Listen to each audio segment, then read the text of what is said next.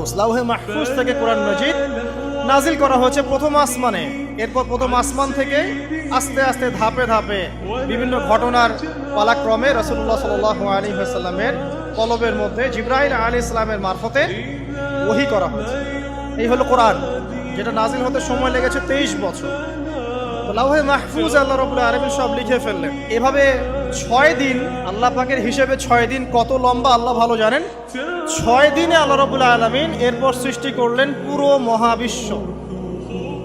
পুরো মহাবিশ্ব বলতে আমি শুধু পৃথিবীর সৌরজগৎ বোঝাচ্ছি না, এই মঙ্গল, বুধ, শনি, বৃহস্পতি এইটুক না, এরকম হাজার হাজার সৌরজগৎ মিলে একটা গ্যালাক্সি হয়, আর হাজারটা গ্যালাক্সি মিলে গিয়ে একটা আসমান হচ্ছে, মহাকাশের একটা ছায়াপথ আসমান হচ্ছে।